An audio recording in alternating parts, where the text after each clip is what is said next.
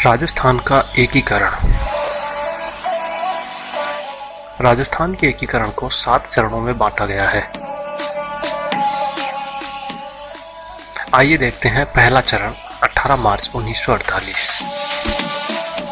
सबसे पहले अलवर, भरतपुर, धौलपुर व करौली नामक देशी रियासतों का विलय कर तत्कालीन भारत सरकार ने फरवरी 1948 में अपने विशेषाधिकार का इस्तेमाल कर मत्स्य यूनियन के नाम से पहला संघ बनाया। यह राजस्थान के निर्माण की दिशा में पहला कदम था।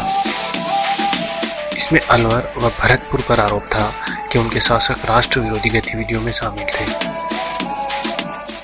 इस कारण सबसे पहले उनके राज करने के अधिकार को छीन लिया गया और उनकी रियासत का कामकाज देखने के लिए प्रशासक नियुक्त कर दिए गए। इसी की वजह से राजस्थान के एकीकरण की दिशा में पहला संघ बन पाया। यदि प्रशासक न होते और राजकाज का काम पहले की तरह राजा ही देखते तो इसका विलय हो पाना असंभव था, क्योंकि इन राज्यों के राजा विलय का विरोध कर रहे थे। 18 मार्च 1948 को मत्स्य संघ का उद्घाटन हुआ और धौलपुर के तत्कालीन महाराजा उदय सिंह को इसका राज प्रमुख बनाया गया। इसकी राजधानी अलवर रखी गई। मत्स्य संघ नामक इस नए राज्य का क्षेत्रफल करीब 30,000 किलोमीटर था और जनसंख्या लगभग 19 लाख और सालाना आय 1 करोड़ 83 लाख रुपए थी। जब मत्स्य संघ बनाया गया तब विलय पत्र में लिखा गया था कि बाद में इस संघ को राजस्थान में विलय कर दिया जाएगा। ये था राजस्थान के एकीकरण का प्रथम चरण, जिसमें अलवर, भरतपुर, धौलपुर और करौली को शामिल किया गया था और इसे मत्स्य यूनियन का नाम दिया गया था। आइए अब देखते हैं राजस्थान के एकीकरण का द्वितीय चरण। दूसरा चरण 25 मार्च 1948। राजस्थान के एकीकरण का दूसरा चरण 25 मार्च 1948 को स्वतंत्र देशी रियासतों कोटा, बूंदी, झालावाड़, टोंक, डूंगरपुर, बांसवाड़ा, प्रतापगढ़, किशनगढ़ और शाहपुरा को मिलाकर बने राजस्थान संघ के बाद पूरा हुआ। राजस्थान संघ में विलय हुई रियासतों में कोटा सबसे बड़ी रियासत थी। इस कारण इसके तत्कालीन महाराजा महाराव भीम सिंह को राज प्रमुख बनाया गया। बूंदी के तत्कालीन महाराव बहादुर सिंह राजस्थान संघ के प्रमुख भीम सिंह के बड़े भाई थे। इस कारण उन्हें यह बात अखरी कि छोटे भाई की राज प्रमुखता में वे काम कैसे कर सकते हैं, और इस ईर्ष्या की परिणति तीसरे चरण के रूप में सामने है।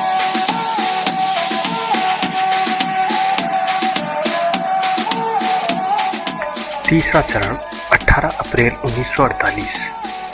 बूंदी के महाराव बहादुर सिंह नहीं चाहते थे कि उन्हें अपने छोटे भाई महाराव भीम सिंह की राज प्रमुखता में काम करना पड़े, मगर बड़े राज्य की वजह से भीम सिंह को राज प्रमुख बनाना भारत सरकार की मजबूरी थी। जब बात नहीं बनी तो बूंदी के महाराव बहादुर सिंह ने उदयपुर रियासत को पटाया और राजस्थान संघ में विलय के लिए राजी कर लिया। इसके पीछे मनसा यह थी कि बड़ी रियासत होने के कारण उदयपुर के महाराणा को राज प्रमुख बनाया जाएगा और बूंदी के महाराव बहादुर सिंह अपने छोटे भाई महाराव भीम सिंह के अधीन कार्य करने से बच जाएंगे और इतिहास के पन्नों में यह दर्ज होने से बच जाएगा कि छोटे भाई के राज में बड़े भाई ने कार्य किया। 18 अप्रैल 1948 को राजस्थान के एकीकरण के तीसरे चरण में उदयपुर रियासत का राजस्थान संघ में विलय हुआ और इसका नया नाम संयुक्त राजस्थान संघ हुआ। माणिक्यलाल वर्मा के नेतृत्व में बने इसके मंत्रिमंडल में उदयपुर के महाराणा भूपाल सिंह को राज प्रमुख बनाया गया। कोटा के महाराव भीम सिंह को वरिष्ठ उपराज प्रमुख बनाया गया और कुछ इस तरह बूंदी के महाराजा की चाल भी सफल हो गई। ये था राजस्थान एकीकरण का तृतीय चरण। इसमें टोंक, बूंदी, कोटा, झालावाड़, प्रतापगढ़, बांसवाड़ा, डूंगरपुर और उदयपुर स्टेट को शामिल किया गया था। आइए अब देखते हैं चतुर्थ चरण। चौथा चरण 30 मार्च 1949।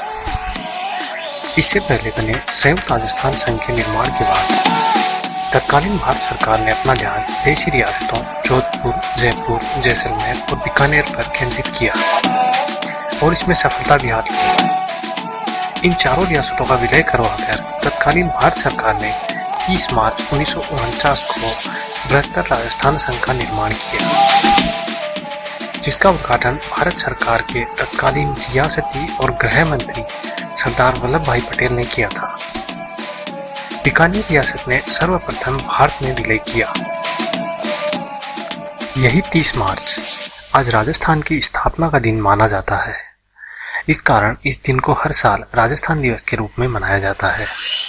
हालांकि अभी तक 4 देशी रियासतों का विलय होना बाकी था, मगर इस विलय को इतना महत्व नहीं दिया जाता है, क्योंकि जो रियासतें बची थी वे पहले चरण में ही मत्स्य संघ के नाम से स्वतंत्र भारत में विलय हो चुकी थी।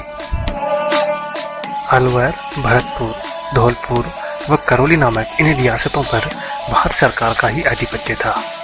इस कारण इनके राजस्थान में विलय की तो मात्र औपचारिकता ही होनी थी। यह था राजस्थान एकीकरण का चौथा चरण। आइए अब देखते हैं 5वां चरण 15 मई 1949। 15 मई 1949 को मत्स्य संघ का विलय ग्रेटर राजस्थान में करने की औपचारिकता भी भारत सरकार ने निभा दी। भारत सरकार ने 18 मार्च 1948 को जब मत्स्य संघ बनाया था, तभी विलय पत्र में लिख दिया था कि बाद में इस संघ का राजस्थान में विलय कर दिया जाएगा। इस कारण यह चरण औपचारिकता मात्र माना गया। यह था 5वां चरण। आइए अब देखते हैं 6वां चरण 26 जनवरी 1950। भारत का संविधान लागू होने के दिन 26 जनवरी 1950 को सिरोही रियासत का भी विलय ग्रेटर राजस्थान में कर दिया गया। इस विलय को भी औपचारिकता माना जाता है, क्योंकि यहाँ भी भारत सरकार का पहले से नियंत्रण था। दरअसल जब राजस्थान के एकीकरण की प्रक्रिया चल रही थी, तब सिरोही रियासत के शासक नाबालिग थे। इस कारण सिरोही रियासत का कामकाज देवागढ़ की महारानी की अध्यक्षता में एजेंसी काउंसिल देखती थी, जिसका गठन भारत की सत्ता हस्तांतरण के लिए किया गया था।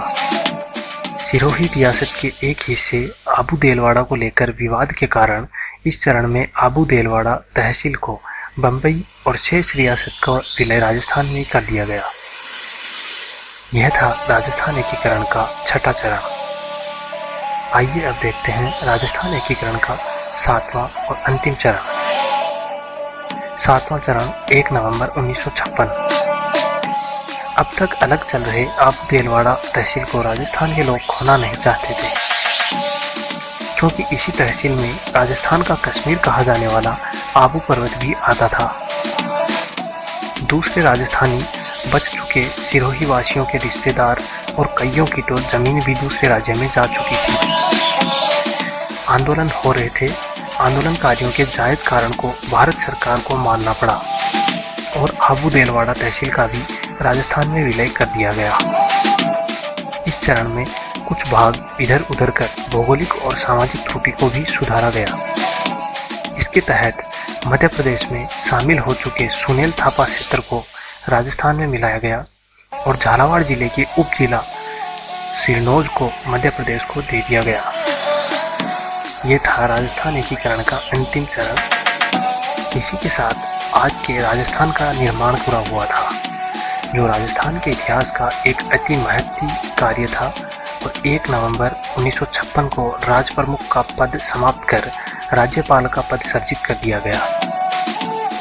राजस्थान के एकीकरण को आसान तरीके से समझने के लिए और नोट्स के लिए आप डिस्क्रिप्शन में दिए हुए लिंक से डाउनलोड कर सकते हैं। एग्जाम गाइड से जुड़ने के लिए धन्यवाद।